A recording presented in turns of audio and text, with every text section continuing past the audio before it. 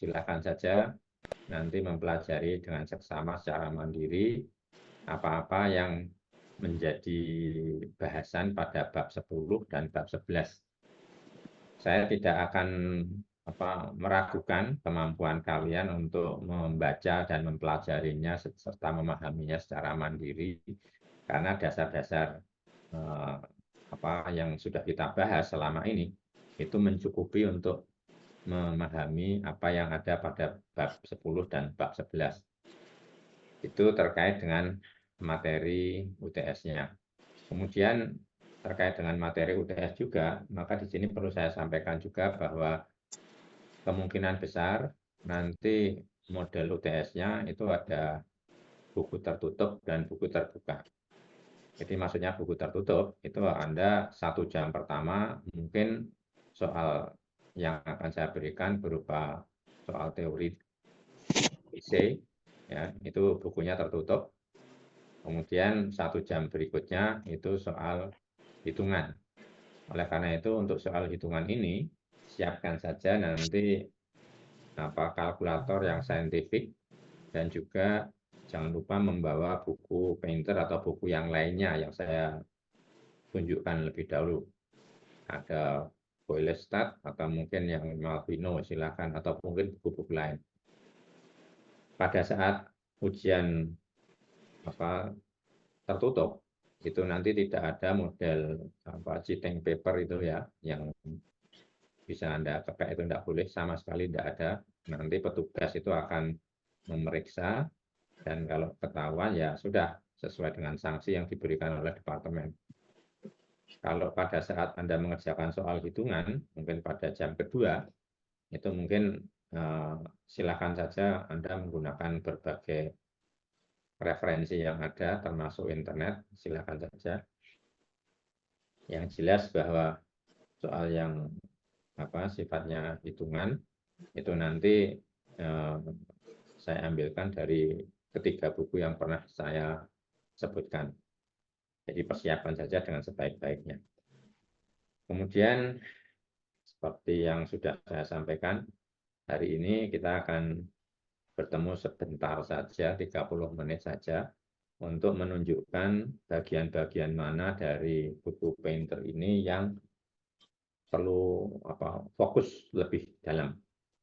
Mengenai analisisnya, kembali bahwa sebenarnya implementasi dari rumus-rumus yang atau persamaan-persamaan untai yang pernah Anda peroleh dengan hukum-hukumnya, termasuk hukum Ohm, hukum Thevenin, Norton, Kirchhoff, itu menjadi dasar dari analisis Anda untuk menghitung segala sesuatu yang terkait dengan rangkaian yang saya ujikan.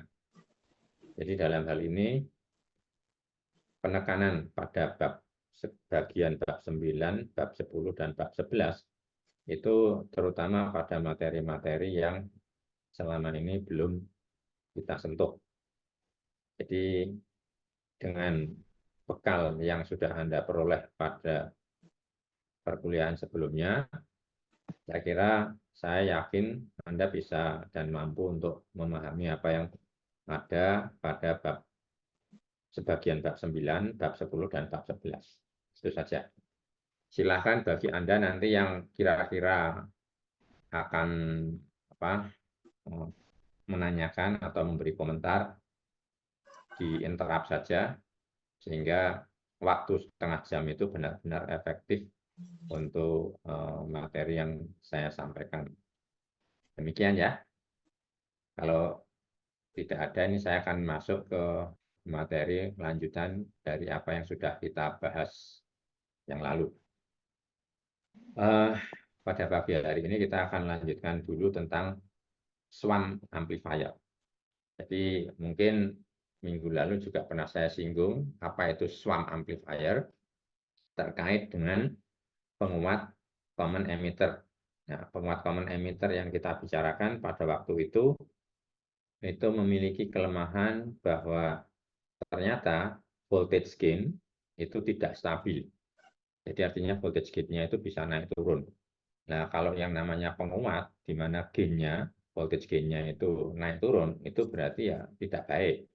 Seharusnya yang namanya penguat, itu output untuk voltage gain-nya harus stabil. Sehingga sinyal itu tidak naik turun, besar kecil, tidak sesuai dengan yang diharapkan. Oleh karena itu, di sini salah satu cara untuk menghilangkan atau mengurangi, ya paling tidak mengurangi efek daripada suhu yang mempengaruhi HFE daripada transistor yang ada pada penguat common emitter sehingga menyebabkan voltage gain-nya tidak stabil, itu adalah dengan menggunakan swamp amplifier. Swamp amplifier ini, kalau swamp itu terjemahannya adalah rawa, atau mungkin juga bisa banjir, ya banjir. Jadi artinya penguat ini adalah penguat yang memiliki komponen, terutama pada bagian emiternya, emiter dari penguatnya, itu berlebih, ya berlebih. Dalam hal ini, ciri khas daripada penguat swamp itu adalah adanya tambahan resistan emiter yang tidak masuk dalam bagian untuk di-ground-kan. Jadi artinya bahwa di sini pada saat Anda menganalisis rangkaian common emitter, Anda akan membuat rangkaian ekuivalen untuk analisis DC dan analisis AC-nya. Anda masih ingat bahwa dalam hal ini untuk analisis AC, ini berarti kapasitor itu akan terhubung singkat. Ya kan? Anda buat seperti itu, kemudian juga jangan lupa VCC-nya ini itu di-ground-kan. Sehingga akan Anda peroleh nanti rangkaian ekuivalen yang bentuknya simple untuk analisis AC. Nah, di sini yang kemarin ini tidak ada resistan emitter untuk analisis AC-nya itu tidak ada, sekarang ada. Dan ini nanti masuk di dalam perhitungan untuk rangkaiannya. Sementara ini ya, resistor emitter.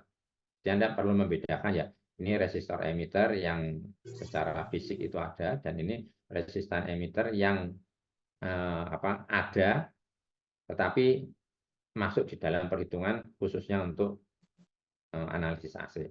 Jadi karena ini tidak ada proses groundingnya, maka ini masuk di dalam analisis, dan yang tidak masuk itu adalah yang ini. Karena apa? Karena kalau ini di ground kan, itu berarti nanti arusnya itu tidak akan lewat sini, tapi akan langsung ke ground. Dan ini akan masuk dalam perhitungannya. Seperti Anda ketahui, rangkaian ekuivalennya menjadi seperti ini.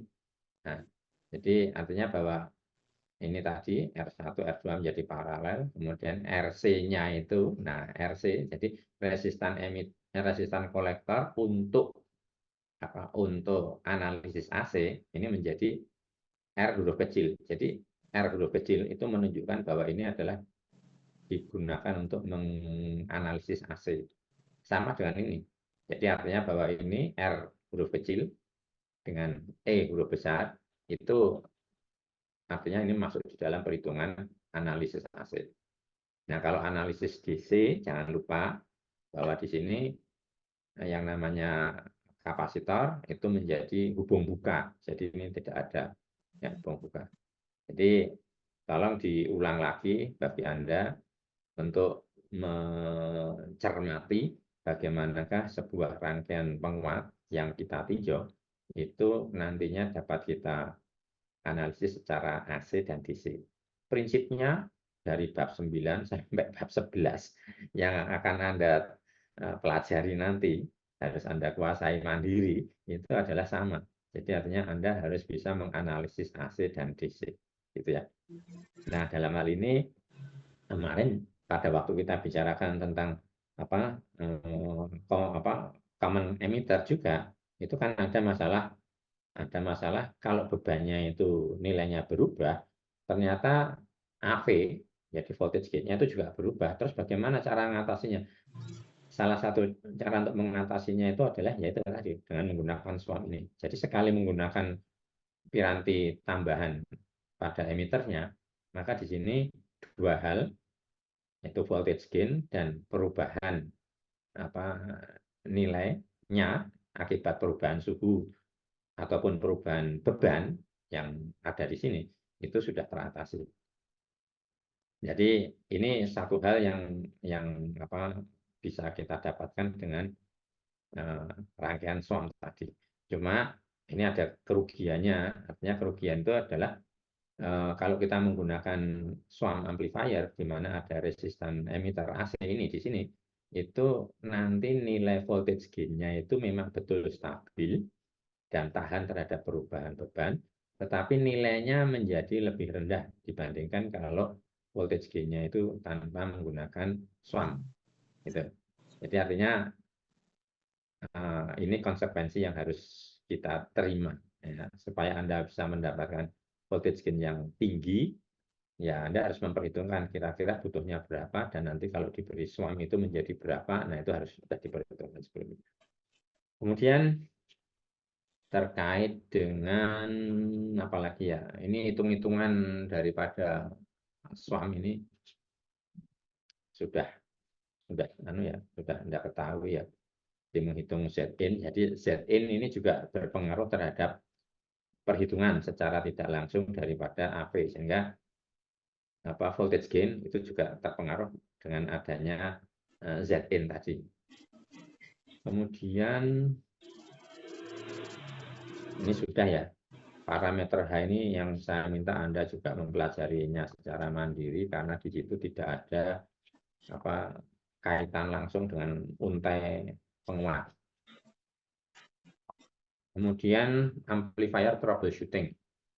Ya, amplifier troubleshooting. Kalau Anda melaksanakan mencari kegagalan pada sebuah penguat, itu memang langkah yang dapat Anda lakukan itu adalah mendeteksi penguat tadi mulai dari sisi output menuju ke sisi input. Jadi artinya di sini kita harus melihat ini ada sebuah penguat yang terdiri cascade ya, penguat cascade yang terdiri atas 3 stage. Ini Q1, Q2, Q3 itu akan kita cari kegagalannya itu ada di mana. Mungkin outputnya di sini ada beban, kalau dengan osiloskop itu kelihatan ini tidak benar gitu ya. Maka harus Anda cari di mana lokasi-lokasi yang harus Anda ukur, Anda lihat bentuk gelombangnya. Tapi syaratnya jangan lupa bahwa di sini itu inputnya, input ini itu harus sudah ada dan benar. Kemudian Anda mulai merunutnya itu dari belakang ke depan. Apakah nilai tegangannya, bentuk gelombangnya itu sesuai dengan yang Anda hitung berdasarkan ya itu tadi perhitungan dari setiap penguat, stage penguatnya. Jadi ini kalau misalkan ini tidak benar, output daripada stage ketiga ini tidak benar, Anda harus mengecek sini misalkan TP1 ada TP2, TP3 ini benar enggak. Kalau ini di TP3 untuk PBB-nya sudah benar, maka berarti di sini bagaimana, apakah benar enggak, dan seterusnya. Jadi jalannya itu dari output ke depan, tik tik tik tik tik tik tik. Nah, so, ya intinya seperti itu. Dan kembali bahwa rangkaian ini itu yang patut dicurigai adalah komponen aktifnya lebih dahulu, komponen pasifnya nanti ya. Kemudian mengenai distorsi yang terjadi pada penguat, ini memang benar-benar sinyal-sinyal yang terdistorsi ya, karena bentuk gelombang gundukan dan lembahnya itu tidak seimbang.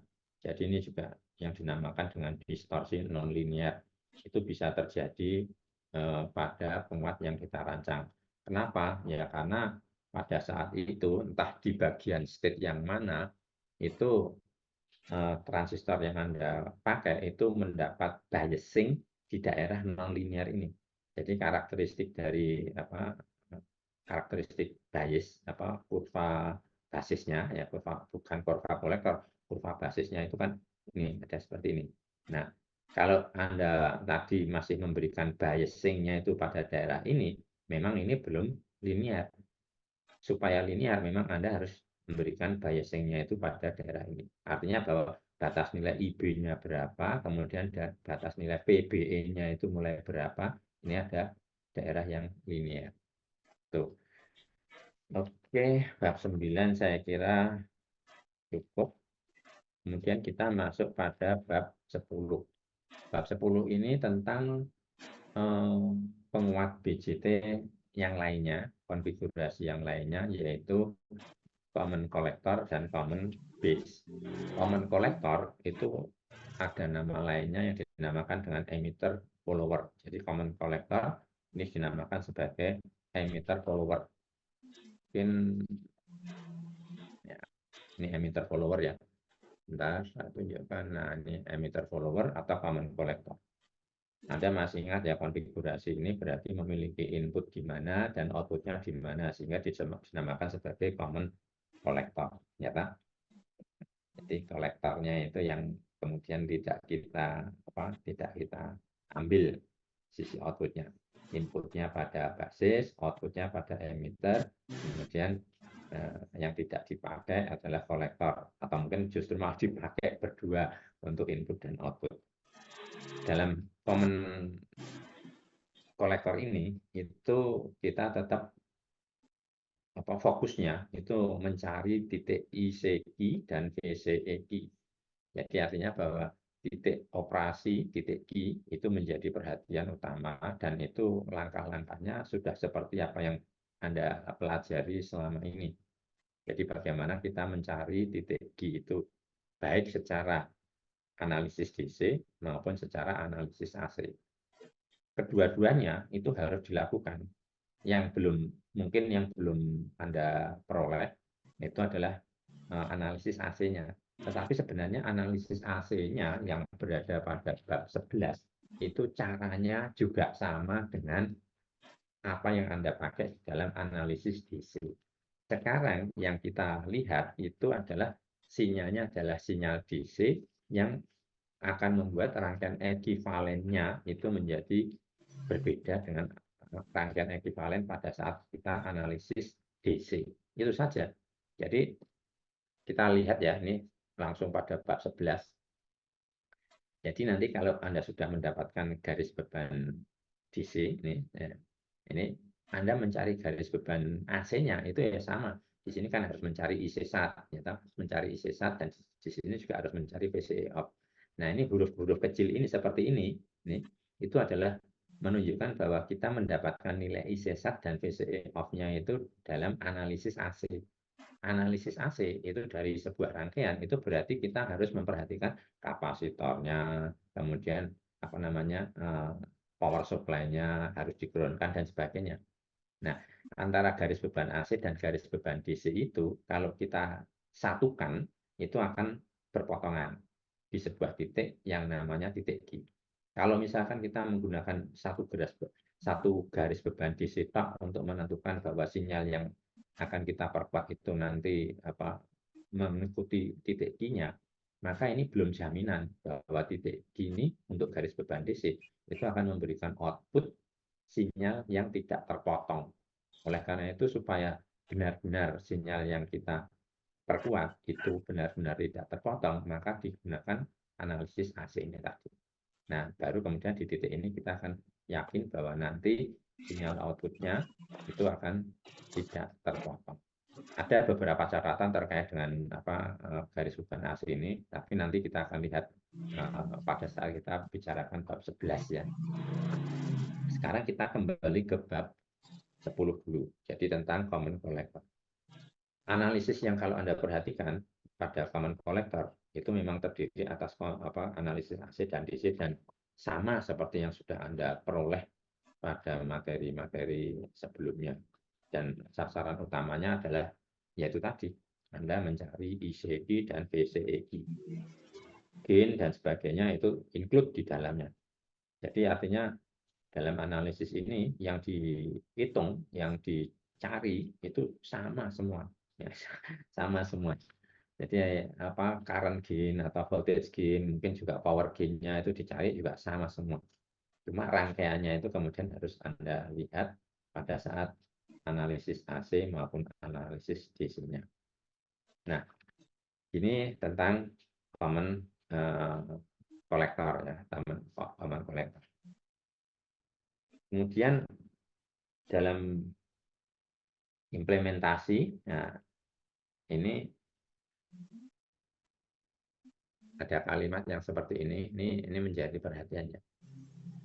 Common collector atau emitter follower itu implementasi di lapangan banyak digunakan sebagai rangkaian untuk impedance matching. Impedance matching, jadi penyesuaian impedance. Jadi sebenarnya ada dua rangkaian konfigurasi yang digunakan sebagai impedance matching, yaitu common collector atau emitter follower ini, dan yang satu lagi adalah common base. Ya, common base. Jadi dua-duanya itu sebenarnya merupakan rangkaian penyesuaian impedance. Saya hanya mengingatkan saja di mana pentingnya rangkaian penyesuaian impedance.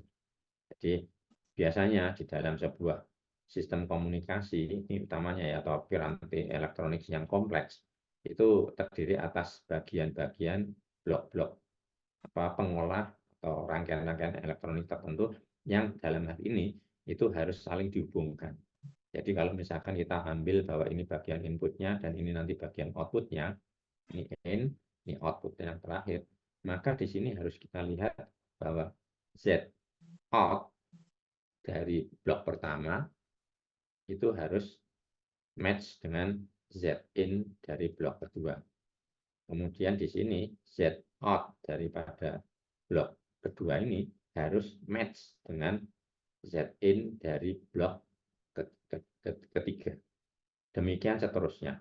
Jadi maksud daripada impedance matching itu nanti bagaimana kita bisa menjembatani agar Z out yang dihasilkan oleh satu blok ini itu bisa dihubungkan dengan Z in dari blok yang berikutnya.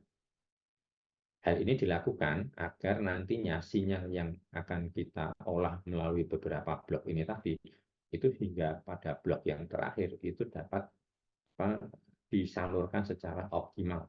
Tidak ada sinyal yang kemudian itu terpaksa harus balik ke sana. Balik karena adanya impedance matching yang tidak match. Nah, adanya impedance matching yang tidak match. Sehingga sinyalnya itu balik ke blok sebelumnya. Itu yang harus dihindari. Nah, di sini kita dengan menggunakan common collector, ya, common collector itu kita memiliki ciri khas tertentu untuk rangkaian impedance matching ini. Rangkaian impedance matching itu kadang-kadang dinamakan sebagai buffer. Ya, buffer. Jadi buffer itu nama generik sajalah. Artinya segala sesuatu yang terkait dengan mungkin bisa menggunakan impedance sebagai rangkaian impedance matching, sebagai memori juga, sebagai itu buffer itu adalah sebagai nama generik. Jangan Anda kemudian berkonotasi bahwa kalau yang namanya buffer itu hanya tugasnya kayak gini-gini, enggak. Ini macam-macam ya istilah generik. Nah, untuk common collector, ini yang perlu Anda perhatikan itu adalah bahwa ini merupakan rangkaian impedance matching yang ini menghubungkan antara satu blok dengan blok lain, di mana Anda lihat ya, Z in dari impedance matching-nya, jadi impedance input daripada impedance matching-nya itu tinggi, sedangkan outputnya rendah. Jadi Z in daripada rangkaian impedance matching-nya itu common collector itu untuk di sini Z in-nya tinggi nilainya, Z out-nya rendah. Sebaliknya kalau kita menggunakan common base itu terjadi yang sebaliknya. Ini kita lihat common base. Common base Z out Z in-nya itu rendah karena di sini nanti kita butuh rendah itu ya. Z out-nya itu yang tinggi. 6 kilo ini 6 kilo. Jadi ini harus bisa match. Nah, inilah yang dinamakan dengan rangkaian dengan menggunakan common base tadi. Itu. Ini common base. Kalau ini tadi common collector. Nah, itu fungsi daripada impedance matching-nya.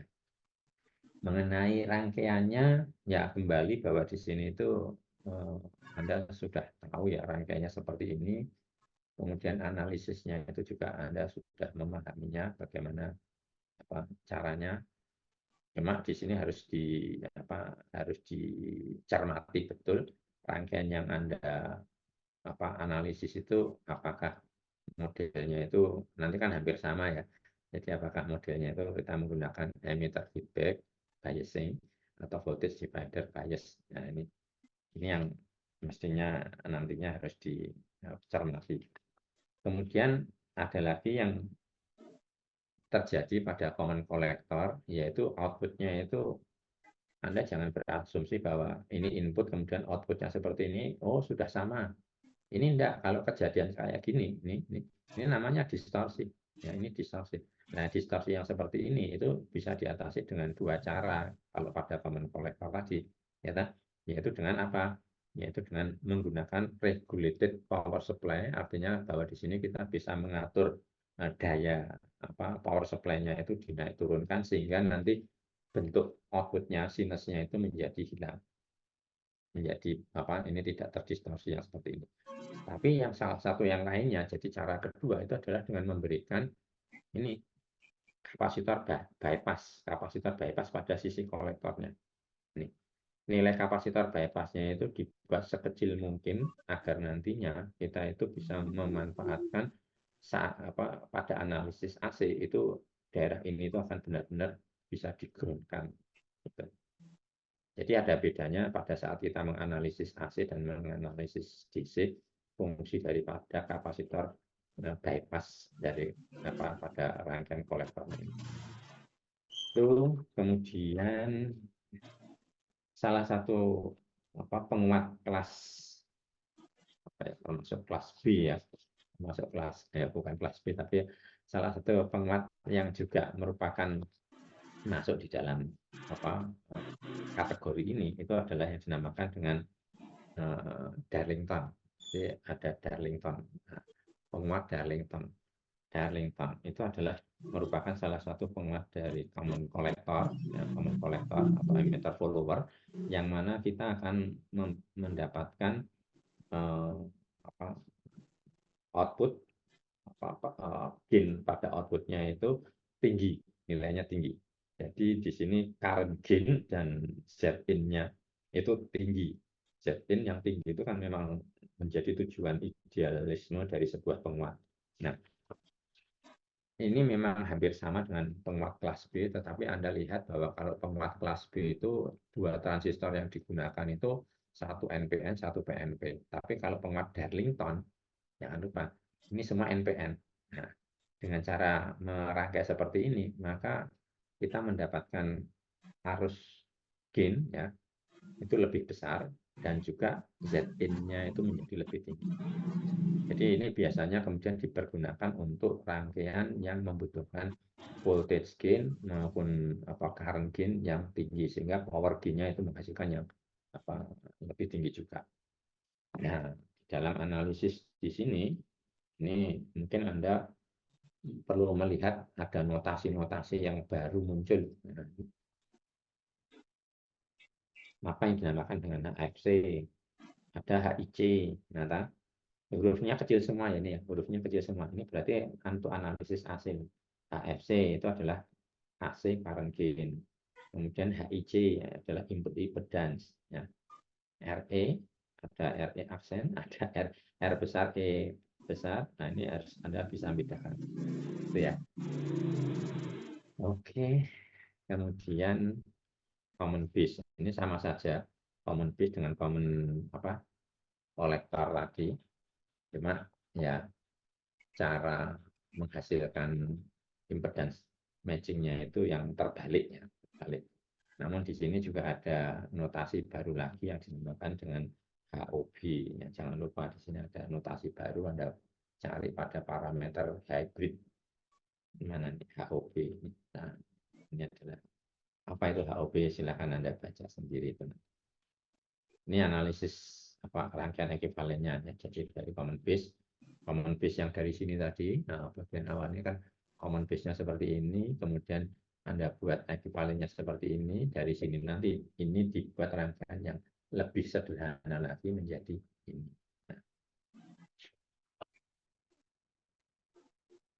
Nah, saya kira yang penting dari common collector dan common base serta Darlington itu sekarang kita masuk pada bab 11. Ya, bab 11 atau power amplifier. Tapi sebelum masuk ke sini, ini saya lihat dulu, saya cek dulu. Pesertanya sudah 50. Ini mumpung sudah banyak yang ikut. Ini sebelumnya akan saya share lagi QR code-nya. Sambil tolong Anda dengarkan ya, bagaimana nanti UTS itu akan dilaksanakan. Silakan QR code dulu. Jadi UTS itu nanti akan dilaksanakan mungkin dalam 2 tahapan. Tahap pertama itu mungkin yang teori, soalnya IC mungkin ya IC, atau mungkin kalau mau ya saya bikin multiple choice, tapi ya enggak tahu lah nanti. Itu buku tertutup selama 1 jam. Ya, mungkin kira-kira selama 1 jam. Kemudian ada sesi yang kedua yang soalnya itu adalah hitungan. Jadi siapkan juga kalkulator saintifik dan buku, karena nanti pada saat sesi yang kedua ini sifatnya buku terbuka. Jadi Anda boleh menggunakan buku, menggunakan referensi yang sudah pernah saya sebutkan, menggunakan internet silakan, menggunakan kalkulator yang saintifik. Saya harapkan seperti itu. Kalau Anda pakai kalkulator plus minus kali bagi yang biasa untuk kayak kasir itu ya kurang lah, nanti Anda akan rugi. Kemudian tipe soalnya mungkin ya seperti biasa, ada yang kalau yang teori mungkin kalau multiple choice ya Anda tinggal milih ABCD-nya, kemudian kalau hitung-hitungan ya nanti mungkin Anda harus mencoba menganalisis baik AC maupun DC, itu harus dilakukan, dan cara membuat rangkaian ekuivalennya. Dan mungkin soalnya tidak banyak untuk yang hitungannya. Soalnya tidak banyak, tapi pertanyaannya banyak. Jadi mungkin soalnya 2 gitu, tapi pertanyaannya tolong hitung ini. Nah, itu seperti itu. Ya. Kemudian materi yang kita pakai untuk ujian tengah semester itu sampai bab 11 ini nanti. Jadi selesai tidak selesai, maka sampai bab 11 ini harus Anda pelajari semua. Itu ya. Karena hari ini adalah hari terakhir kita jumpa, sehingga saya berharap bahwa Anda itu bisa sedikit tahu bagaimana UTS itu akan dilaksanakan. Kira-kira ada komentar, pertanyaan dulu tentang rencana UTS ini sebelum saya tutup QR code-nya. Ini kayaknya sudah tidak ada yang presensi lagi. Oke, ada enggak komentar tentang UTS? Kalau tidak ada, ini QR code-nya saya tutup ya. Mungkin nanti tidak ada kesempatan lagi bagi Anda yang terlambat hadir, ya sudah. Oke ya, saya tutup nih. Power amplifier, namanya saja power amplifier. Jadi penguat daya. Penguat daya itu berarti penguat yang memiliki output tegangan dan arus yang besar, dan ini biasanya diletakkan pada blok terakhir dari sebuah rangkaian penguat cascade. Jadi biasanya kalau penguat cascade bertingkat itu bagian awalnya adalah preamp, nanti bagian akhirnya setelah melalui beberapa stage penguat, itu bagian akhirnya adalah power amplifier. Dan itu akan terhubung ke antena, atau mungkin ke speaker, atau mungkin piranti-piranti yang membutuhkan daya yang besar. Itu power amplifier. Maka di sini yang dipentingkan di dalam bab power amplifier ini itu adalah masalah bagaimana Anda harus menganalisis garis beban AC, ya, garis beban AC, dan juga nanti mengenai efisiensi. Jangan lupa perhitungan efisiensi itu menggunakan rumus bahwa di sini adalah daya outputnya pada penguatnya terhadap daya input supply-nya. Ini supply-nya. Ya, kemudian kalau kemarin kita menganalisis dengan garis beban DC, itu kita mendapatkan arus kolektor maupun tegangan kolektor emiternya itu seperti ini, kita akan mendapatkan garis ini. Maka kategori dari klasifikasi penguat yang sudah Anda pelajari, kelas A, kelas B, kelas A, B, kelas C, itu letak I-nya, ya, letak titik I-nya itu kira-kira itu letaknya kira-kira aja, letaknya ada di daerah ini, kira-kira posisinya itu ada di daerah ini. Kemudian hal-hal yang lain lagi yang terkait dengan garis beban AC ini yang diperkenalkan di sini, itu sebenarnya cara menganalisisnya seperti yang saya sampaikan tadi, sama dengan waktu Anda itu menganalisis dengan menggunakan garis beban DC. Cuma Anda lihat Di sini ya, notasi yang digunakan hurufnya kecil, dan persamaan yang digunakan itu kan sebenarnya juga sama dengan pada waktu Anda menganalisis DC. Ini sama. Dalam menganalisis AC, jangan lupa bahwa setiap rangkaian yang menggunakan komponen kapasitor itu harus di short circuit, ya, dihitung singkat. Yang menggunakan PCC ini di-groundkan, sehingga rangkaian yang seperti ini itu bisa menjadi rangkaian ekuivalennya seperti ini. Anda tidak heran ya, jadi bisa ya. Di sini ada istilah baru, R kecil, C besar nih. Ini adalah resistan untuk kolektor yang mana ini nilainya sama dengan hasil paralel dari ini dan ini. Ya, tuh. Jadi ini langkah-langkah untuk menganalisis AC salah satunya. Kalau dibandingkan dengan garis beban DC, maka garis beban AC itu cenderung lebih curam. Ini lebih curam dibandingkan garis beban DC. Ini lebih nanti. Dan perpotongan keduanya itu akan menghasilkan titik I, yang mana titik I ini itu akan meyakinkan kita sinyal AC yang diperkuat itu tidak akan mengalami clipping. Nah, sinyal yang AC yang akan kita perkuat tadi, kalau tidak menggunakan titik I yang kita peroleh, itu akan mengalami clipping dua macam, yaitu cut off clipping dan saturation clipping. Nah, untuk menghitung cut off clipping dan saturation clipping supaya tidak terjadi, itu kita menggunakan dalam ini yang khas ya, dalam analisis tentang power amplifier tadi, itu kita menggunakan compliance, istilahnya compliance. Compliance itu bahasa Indonesianya adalah memenuhi pemenuhan. Jadi the maximum undistorted peak to peak output sinyal. Jadi sinyal output yang puncak ke puncak tanpa terdistorsi maksimum. Nah, kalau tadi Anda mengenal ada cut off clipping dan saturation clipping, maka rumus itu dipakai di sini ada dua macam. Ini dan satu lagi adalah ini. Kedua rumus ini dua-duanya dipakai. Nantinya mana yang dipakai di antara kedua ini harus Anda cari yang terkecil. Hasil nilainya itu angkanya yang terkecil. Karena dengan angka yang terkecil itu kita yakin bahwa sinyal outputnya itu tidak akan mengalami distorsi. Kita lihat saja contohnya adalah seperti ini. Pada rangkaian seperti ini, nah, rangkaian pada contoh 11.1, ini rangkaian seperti ini. Ini kalau dihitung compliance-nya ya. Kalau kita hitung compliance-nya itu ada dua. Yang satu itu menggunakan ini PCED, yang satunya ICD. Hasilnya ternyata beda. Ini hasilnya sekian, ini hasilnya sekian. Maka yang akan dipakai itu nanti ini. Supaya kita yakin bahwa output daripada penguat tadi itu tidak akan terdistorsi atau mengalami clipping. Nah, contohnya ini. Nah, ini. Nah, daerah ini. Ini adalah, kalau ini masih terpotong ya. Jadi kita sudah mendapatkan garis beban AC. Ini sudah kita dapatkan garis beban AC, garis beban DC. Ini titik I-nya ketemu di sini hasil perpotongannya. Tetapi kalau kita tidak menggunakan rumus compliant tadi, itu masih tetap bisa terjadi proses clipping tadi. Ada sebagian yang terpotong. Maka dengan compliance ini akan diperoleh ini. Tuh. Kemudian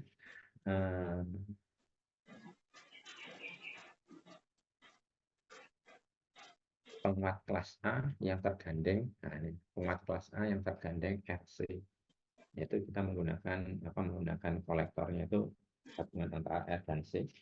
Itu diharapkan dengan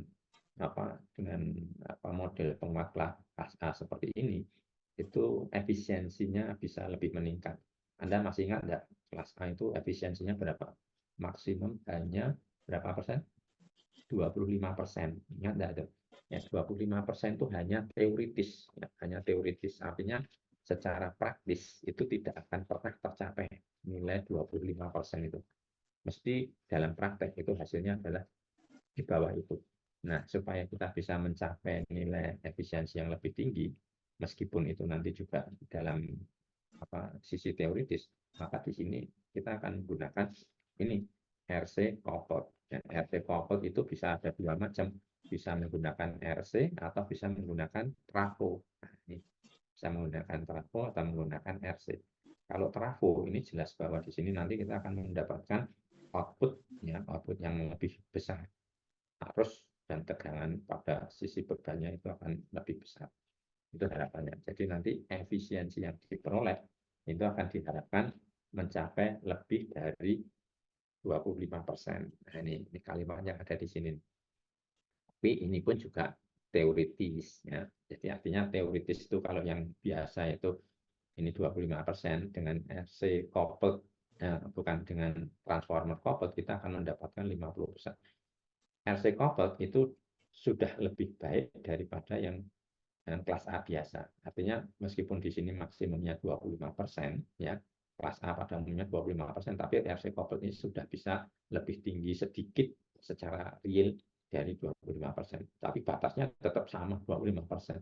Tapi kalau dengan transformer coupled itu batas teoritisnya 50%. Artinya bisa lebih tinggi daripada batas maksimum dari kelas A yang sebelumnya. RC coupled ataupun yang biasa.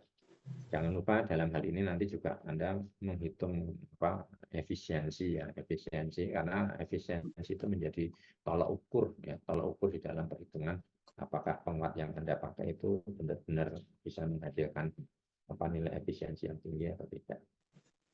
Kemudian pada transformer coupled ini seperti ini yang perlu diperhatikan lagi adalah bahwa kalau namanya saja transformer ya. Jadi kan kita menggunakan trafo. Kalau menggunakan trafo itu berarti nanti ada karakteristik yang khas pada trafo, yaitu apa? Adanya GGL atau gaya gerak listrik atau elektromotif force yang muncul akibat medan yang tersimpan, medan magnet dan medan elektrik yang tersimpan dalam lilitan tadi, sehingga kalau misalkan ini ada sebuah suplai masuk ke lilitan, nantinya kalau ini dilepaskan suplainya, itu masih ada EMF yang dinamakan dengan counter EMF. Jadi EMF balik yang ini biasanya bisa lebih besar nilainya, jadi tegangan listriknya itu bisa lebih besar, tapi cuma waktunya sangat singkat. Dan itu bisa terasa sekali pada saat Anda itu menggunakan trafo coupled ini untuk beban seperti speaker. Jadi kalau pada saat Anda menyalakan speaker itu nanti terasa terdengar jeduk, suaranya keras itu karena daerah-daerah itu.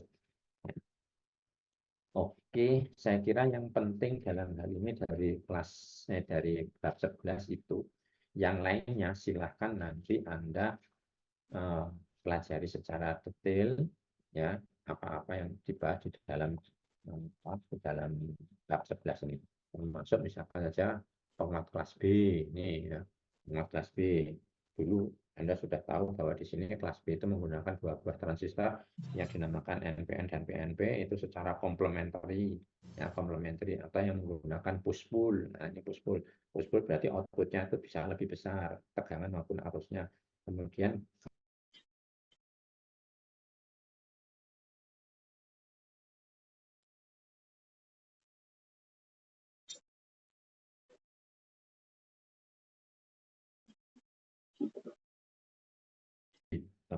dengan diode ini menjadi kelas AB.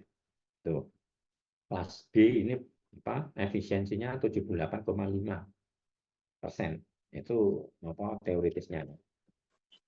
Dan prinsipnya itu seperti yang sudah pernah kita bahas, bahwa di sini kedua transistor ini bekerja bergantian. Yang satu itu berfungsi untuk memperkuat polaritas positif, yang satu untuk memperkuat polaritas negatif, dan ketemu di tengah maunya. Karena ini karena menggunakan kapasitor.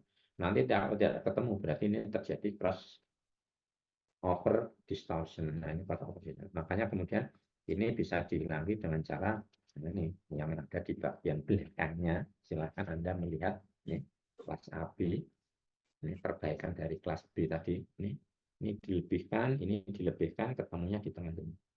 Ini outputnya. Hasil kerja dari transistor 1 dan transistor 2 ini. Jangan lupa kalau dalam pembahasan tentang power amplifier ini, nanti transistor yang digunakan pada sisi penguat akhirnya ini, itu harus dipasangi dengan heatsink. Ya, ini untuk ya namanya saja untuk menghilangkan panas yang ada pada transistornya ini. Jadi artinya heatsink atau mungkin ditambah fan itu merupakan satu persyaratan untuk power amplifier. Unit amplifier yang berada pada unit terakhir dari sebuah rangkaian penguat cascade tadi. Gitu ya. Oke, saya kira materi ini bab 11 sudah cukup. Ini untuk terakhir kali saya beri kesempatan bagi Anda yang belum sempat presensi, silakan presensi dan saya menunggu adanya komentar, adanya pertanyaan terkait dengan masalah UTS yang akan Anda hadapi sebentar lagi. Karena ini sudah habis, tidak ada lagi. Hari terakhir ini ketemu dengan Anda, nanti langsung ke ujian.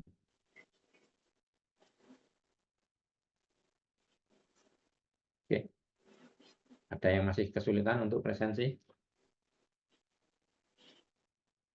Sudah semua ini? Ada yang ketinggalan nggak? Segera akan saya tutup dulu ya. Oke.